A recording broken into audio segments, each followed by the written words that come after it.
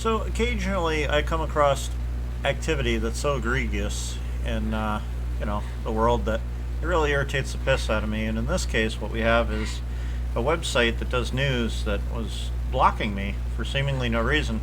Apparently, it's a pay site. So I reached out to the people, and I was like, hey, what's the deal?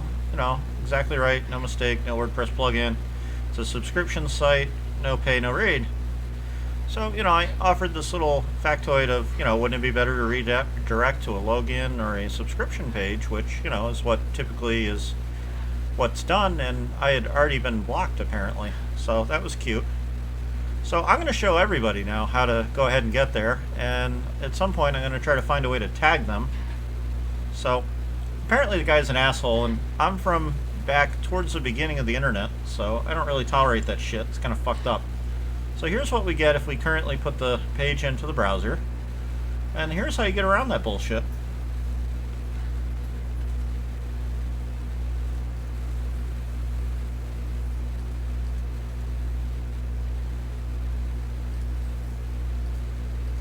So what we need to do is do something like this. Why is it not doing it?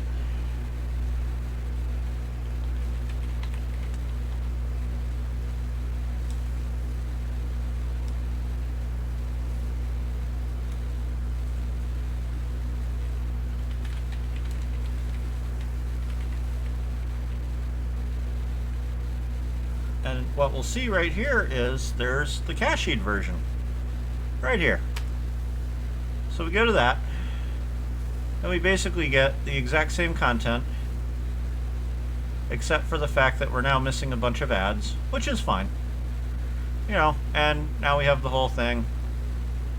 So I'd like just to dedicate to whoever the IT genius is over at this wonderful site, the Country Gazette, a gigantic fuck you, buddy, because you're an asshole.